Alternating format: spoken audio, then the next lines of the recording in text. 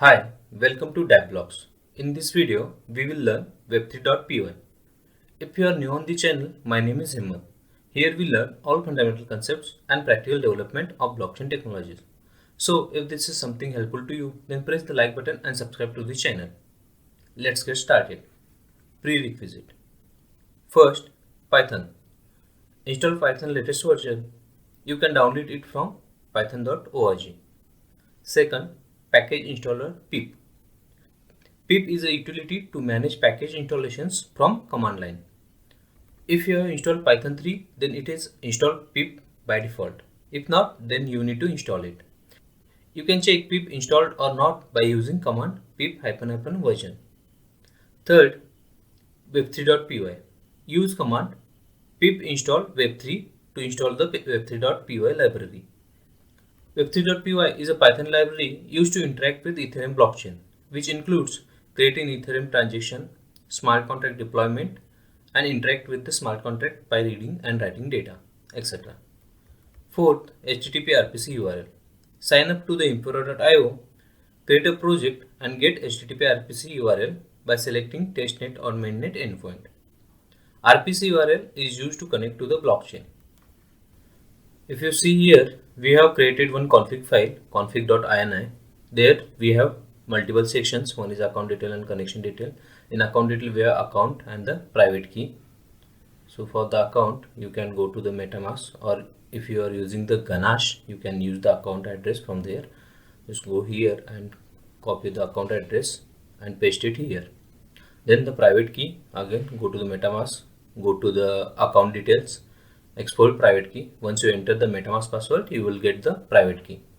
So you can enter that private key there, and then the connection detail. This is the RPC URL from the Impero.io. So this way you can write multiple sections. So with the actual value, I have created actual config.ini. Let's create one file, main.py. Here we are going to write the code to connect to the blockchain and write some functions. So first we need to read the config.ini in order to get those values, account, private key, and the RPC HTTP URL. So for that we are going to use one library, that is config parser. So from config parser, import config parser. Okay, then we need to create a variable config equal to config parser, and with the help of this variable we are going to read the file config.read and then file name config.ini. So in config.ini we have our actual values, private key and other values. Then we are going to read those values.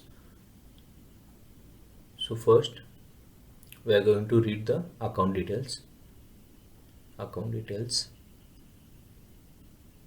section values. So in that we have the account and the private key. So account equal to, here we are going to write config dot get, and then we need to pass two parameters. First one is the section name. In section name we have the account details, we need to pass, that is the first parameter, and the second parameter is the param value, that is the which value we want. So we need the account, so here we need to pass the account. So this will give us the value for the account variable. So we can print it and see whether we can get it or not. So print account. Okay, so just save this file and go to the terminal and write python main.py.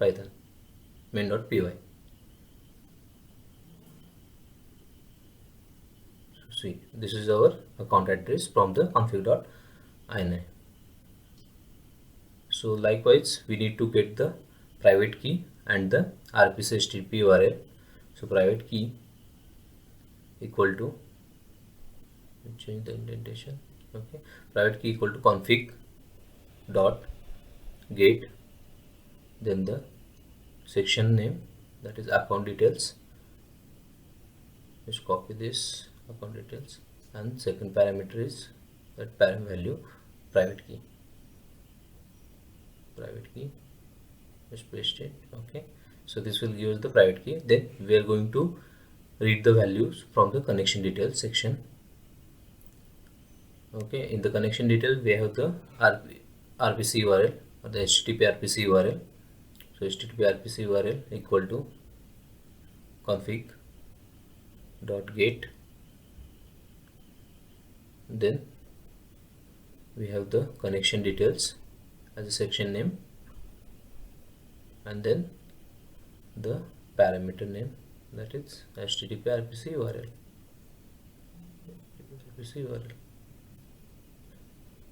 Okay, so now we have the details from the config.ini. So if you have any additional details like to address or any additional field, you can mention in the config.ini and fetch it here.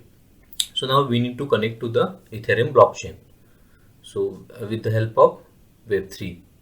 So here we are using the Ringb blockchain, Ringb testnet blockchain.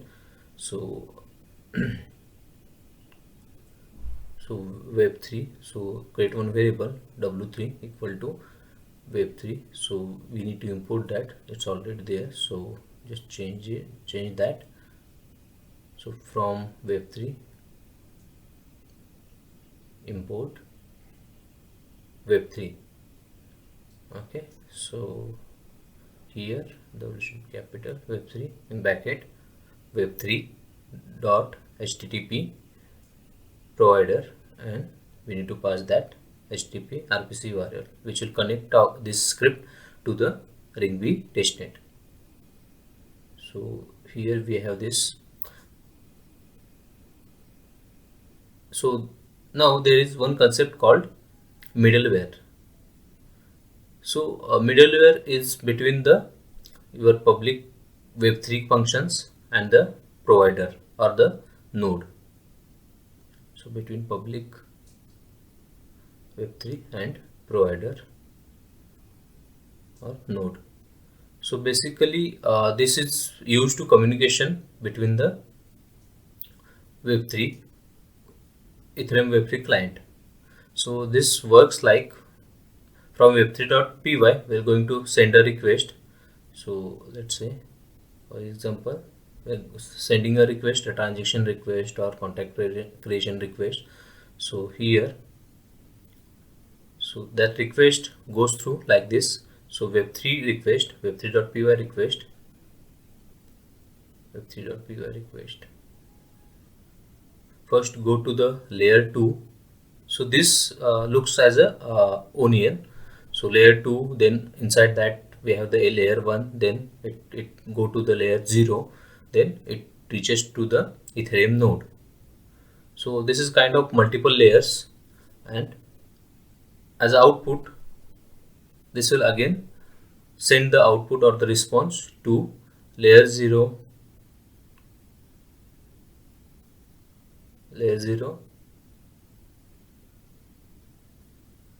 then to the layer 1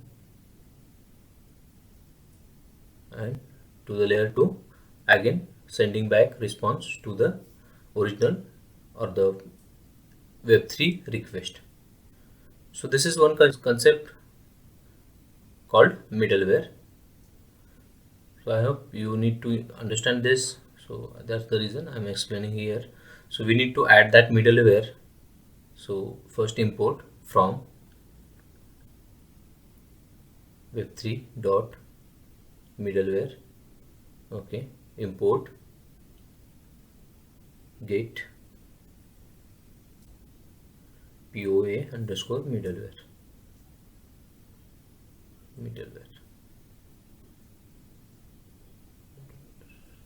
This should be get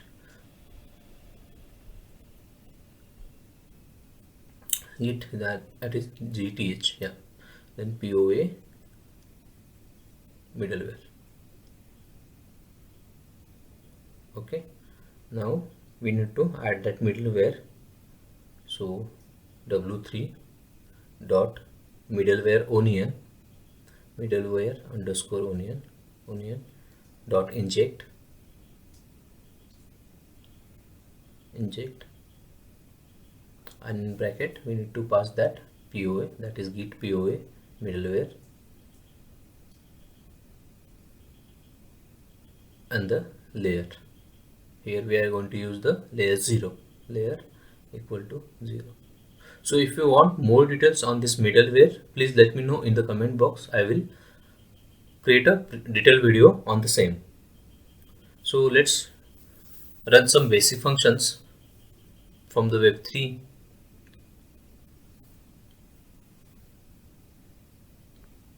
So basic web3, okay.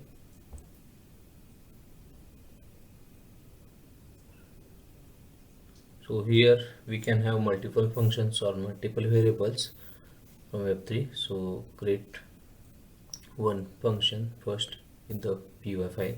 So web3 basics. In this function or in this method we are going to write the code.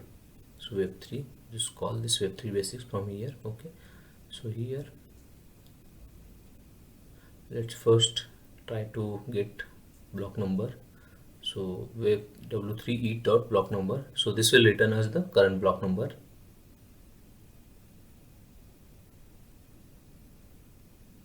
So current block number from the ring B. So depending on that HTTP URL, it will return as the block number for that blockchain.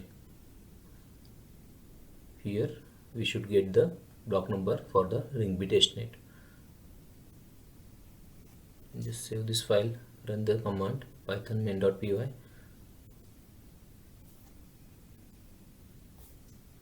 So see, this is the current block number from the blockchain. So you can go to the home page and 450, just refresh this page. 56, refresh this page because for every 10-15 seconds it's got updated. So that 56 is there. Again there is no new block 57. So it's keep on adding new blocks after 10-15 seconds in the testnet. So next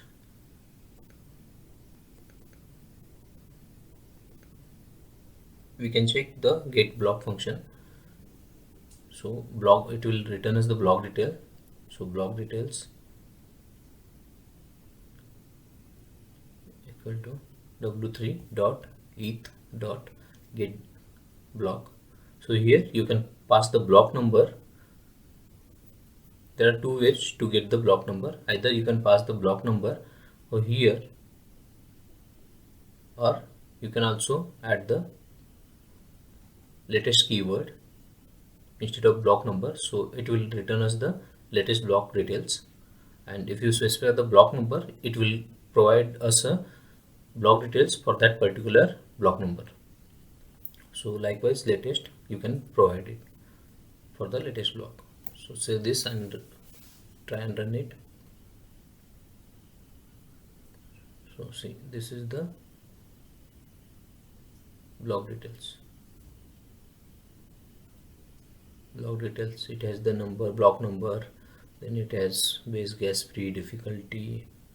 So everything is there in the block details. Also you can see the gas used. Okay, now let's try and get the balance, ETH balance for the account, given account. So for that, this w3 ETH get balance and the account. So you can print it. So the account balance. So this is ETH account balance. Okay. Okay. Save this and run this. See, this is our account balance. So this is in UI format. So in UI format. So we can use the convert this UI to the ether. So for that there is another method. So UI to ETH conversion. Okay. So here we have w3 dot from UI and then we need to pass the value. So you can either copy as it is or get the above get balance and change that value like this, and comma, we need it in ether format, so ether. So this will return as the ether. Then we can also print, or we can also convert it to V. So E to E conversion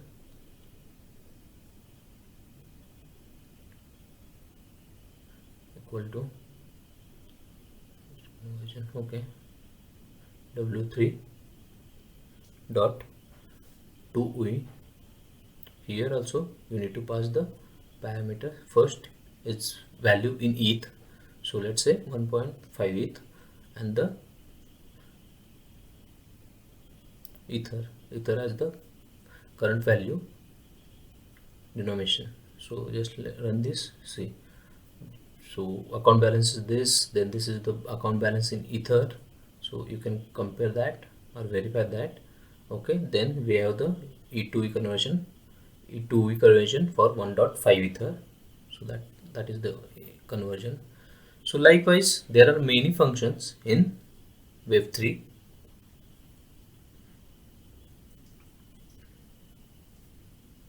Let's say transaction count or the nonce. Let's see the one more function, that is nonce. So w3 dot get eth dot get transaction count. So see, there are these many functions, so, and pass the account. So this will provide us the transactions, number of transaction already completed by that particular account. So there are 54 transactions completed by the account. So likewise we have functions. So you can check web3.eth dot, there are multiple functions in the .eth API. So this should be w3.eth dot c, account is there, block number, chain ID, estimated gas price is there. So you can also get the gas price, current gas price. Then we have contract, then we have generate gas price, get code, get block number, get transaction, get raw transaction, get balance. So there are lots of functions in this API.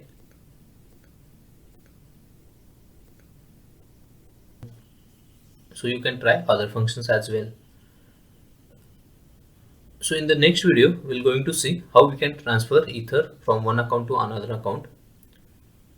So thank you for watching the video. Please like and subscribe to the channel, and I will see you in the next video.